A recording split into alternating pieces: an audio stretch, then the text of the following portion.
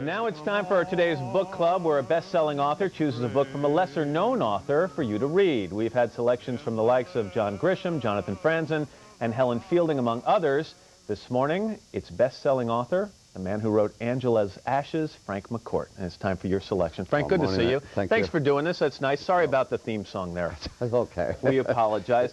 Tell me about the process here. I know you took this seriously. Yeah. You wanted to choose something you thought others would enjoy. How did you narrow it down? Well, I think New York is on all of our minds lately since 9/11, and I've always been interested in the history of New York City, especially since I was a teacher. And because of my interest in the history of New York, sometimes I'd mention certain things to my bright students at Stuyvesant High School about how down at the corner of 15th Street and First Avenue, some of the fiercest fighting during the draft riots of 1863, and they'd look at me, riot? And say what? Yeah, exactly. The only protesting was in the 70s and the 60s. Without mentioning the name of the book or the author, how did you come across this book then? In a bookshop. I just picked it up and looked at it, and I saw the subject matter, and then I became very fascinated with it. Generally, I bought it. Don't touch him. He's not here yet. You can't reveal him yet. He's touching no one over there. The crew. Generally speaking, though, Frank, what kind of books do you like to read? Do you read books that are similar to the ones you write? No, they're too miserable. I'd rather read. I like to get information from a novel. About the same time that I was reading Kevin's, I was reading a book called Dancer by Colin McCann about Nureyev, and I learned a lot about ballet and so on. But I know a lot about New York history, but Kevin gets into it. You're killing me when here. He comes in. He hasn't been introduced when yet. He comes in, I'm going to talk to him when he comes in. You've gestured to him. You've mentioned his name. Do me a favor. Just pull this off the book, all right? Just take this and pull it, because let's introduce Kevin Baker. And this selection for today's book club is Kevin Baker's book called Paradise Alley. Kevin, good morning. Congratulations. Hi, thanks for having me. Thank you. Tell me how you felt about hearing the news that Frank had chosen your book as the selection. Oh, I was thrilled. I mean, Angela's Ashes is a wonderful book, and I just was very honored. Tell me about the book a little bit, Paradise Alley, and Frank has already said it deals with an event in New York history that not a lot of people know about. Why'd you write about it? Right, it was the worst riot in American history, bloodiest riot in American history, and it just fascinated me that this huge human drama had taken place, and the fact that so few people did know about it. And it took place because a law was passed that basically said during the Civil War, if you had money, I think it was $300 or something like that, right, you could buy your way out of the draft. Yeah. And people of lesser means absolutely went crazy when this came into being. Yeah, he pointed to me when he said. No, I didn't. I didn't.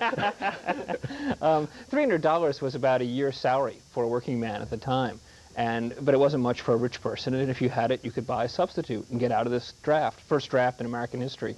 So this really, understandably, enraged people. And among those most enraged were the Irish immigrants who had come to this country and had faced the potato famine, and now we're coming here being told basically they were going to have to fight this war because they couldn't afford not to. Right, and they had already been volunteering in the hundreds of thousands and had been badly shot up in battle after battle, and this was sort of the last straw. There's very little protection for their families, very little social welfare if they did go off to war. Frank, tell me about the way in which this story was written by Kevin. He uses different perspectives, different characters. He moves from one to the other. There's an upper class journalist and you get an overall view from him, kind of an objective point of view. And then he goes back to the Irish famine in one section, and it's very brutal. It's very raw.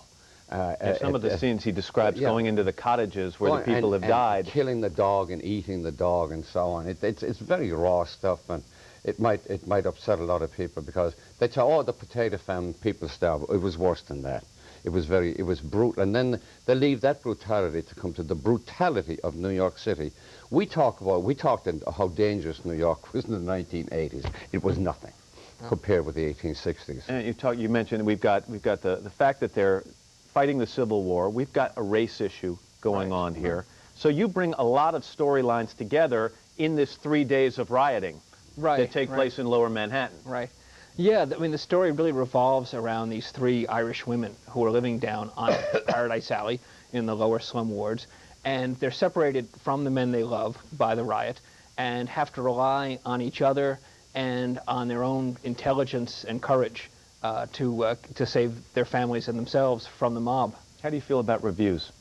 Oh, when they're good, I feel great about them. Let me read you They're a very couple, learned all right? people. And Frank, you listen as well. The Christian Science Monitor says, the enormous story burns for just 3 days, but it generates so much heat that I expected the pages to disintegrate into ash as I turned them. Pretty vivid stuff.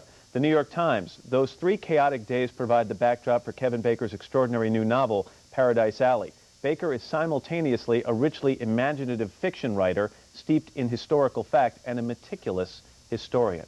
Now, as someone who started out as a journalist, I think you wrote for 15 years before anyone read a word of what you'd written. I wrote fiction for 15 years, right. yeah, before I sold Give a me word more it. of your history. Yeah. What is your background as a writer? Oh, well, I started writing at 13 for a local daily paper covering schoolboy sports. Had to learn to type to do it, and did that for years, off and on. And then I think I was more in love with the idea of being a writer than actually, but through the work I really grew to love it, and I'm fortunate enough to do what I love now. And we should mention, this is the second novel in a trilogy on early immigrant experience. The Jewish experience in Coney Island was the first, now the Irish experience, and what's the third? The third one is, the first one was called Dreamland, and that's out in trade paper now too, and then the third one is going to be called Strivers Row, and set in Harlem during World War II. African-American experience. African-American history. Frank, what are you working on? Oh, I'm working on another memoir about teaching.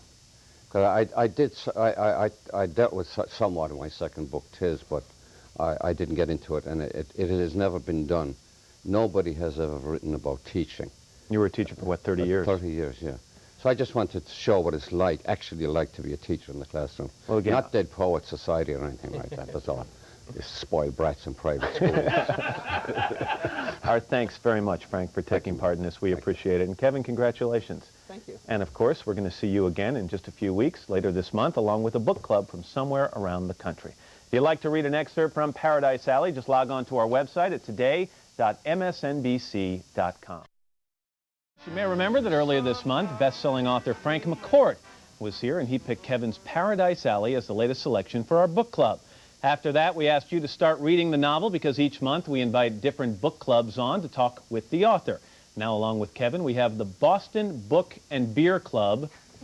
Interesting name. Jennifer Yuan, Hillary Mason, and Molly Oth. Good morning. Nice to have you all here. Good morning. Kevin, welcome back. Thanks. How's the month been? Oh, it's been terrific. I mean, it was a great honor having Frank McCourt pick Paradise Alley in the first place, and it's been terrific for sales. It's just been a wonderful experience. Can you just remind viewers who missed the first installment of this month's book club, give me a synopsis of what the book is about? Well, the book is set in during the draft riots in New York City, worst riots in American history during the Civil War, 1863, and it basically revolves around these 3 Irish-American women who are trapped away from the men they love down in the lower wards of the city, and they have to rely upon their own courage and intelligence to save themselves and their families. And we should mention that the subject matter is not dissimilar to Gangs of New York. Very similar. Is that help the book, do you think, or does that dilute the audience? The people say, wait a second, I saw the movie, or I'm going to see the movie, I don't need to read a book on that. Well, I like to think it helps it. I would urge them all to see the movie and read the book. I thought you would. All right, let's talk about the name of this book club, all right? The Boston Book and Beer Club. I understand that was a shameless ploy, right? On whose part? I guess it was mine and my now husband Joe's. We wanted a book club, but we wanted some men in it as well, and we were a little worried if we just did the Boston Book Club, we'd get a whole group of women. So we threw in the beer, and you didn't go far enough to say the Boston Book, Beer, and Babes Club, right, or anything like that, which is nice. And so how often do you meet, and what kinds of books do you generally read? We meet once a month, usually at the end of the month, and we read all kinds of different books. You know, everybody gets to choose, and we vote on books, so we read fiction, nonfiction, all kinds of things. All right, let's start with Jennifer, and I know you want to ask Kevin about, is it Jennifer? Yeah, okay, about how you took this historical event and created this novel. right, because the draft riots of 1863 were something that I'd never heard about, and it was such an important piece of American history, and I was really interested in finding out what you did for the historical research and also the process of bringing it to life and breathing life into these characters and making it a full story. Right. Well, I read a great many books, took all hundreds of pages of notes on it. Yeah, it is really an unknown incident, but there's a good deal recorded about it. And I was just very lucky that I ran upon the central story of Ruth, the main heroine of the book, who is based on a very real person, this Irish-American woman married to a black man who goes out into the street to confront the mob, defy the mob, to try to save the life of her son. Real story. You can't make that stuff up. Right. Hillary, you're a kindergarten teacher? Yes, Is that I am. right? What's Yeah. your question for Kevin? Actually, as I was reading the book, one of your main characters, Herbert, who is a newspaper man, is really kind of the narrator of the story, and in part, and I found him kind of a distasteful character. You know, I don't think he treated Maddie very well, who he was seeing at the time in a relationship with, and I was wondering why you took that risk of making such a main character. Well, I needed a kind of a cynical guy and a newspaperman to follow the mob around, because anybody else who was in their right mind would be hiding under their beds during this whole thing. Right. And I needed something of a modern voice, which I think he provides. Yeah, it's and in some ways it's always easier to write about characters who aren't so great. They have kind of more different sides to them. You say cynical, though. Do you think he's likable?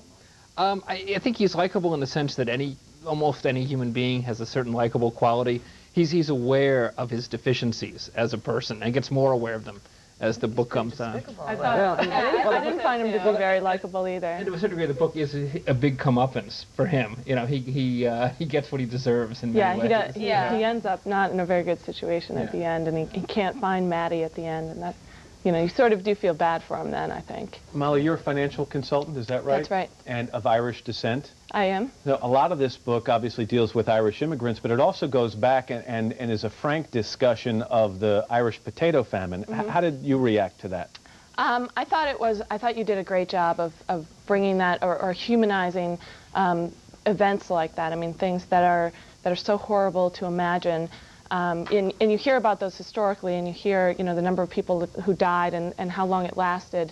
But I thought you just did a really good job of sort of, you know, showing people's stories and how that affected them personally. It was really heart-wrenching. You know, a lot of the descriptions of the famine, you know, you just don't think of it in that way, the starvation for weeks on end. Yeah, they're also based very closely upon reality. It really was, it's this thing that's almost forgotten now. We kind of think of the potato famine as something almost, it's almost mythical. Cliche. Yeah. Right. But it really was this sort of Irish Holocaust. I mean, 1.5 million people died of starvation. But I thought you also did a great job of, you know, when these things happen, human life still goes on. I mean, people fall in love and families happen, and you know, people fight, and there's racism and prejudice, and I just thought that was, you know, you did a really interesting job of bringing that to bear too. So overall, ladies, you liked the book? Yeah. Even though you thought the main character was despicable? Well, he was only one of the main characters. Right, one of them, exactly. There were other ones that I liked. But I think you get a good story out of it, and it's intellectually stimulating, and it's you know, it's human, and I just think it's a good book. Hillary, Jennifer, Kevin, thank you all very much. We appreciate it. you. Nice to have you here.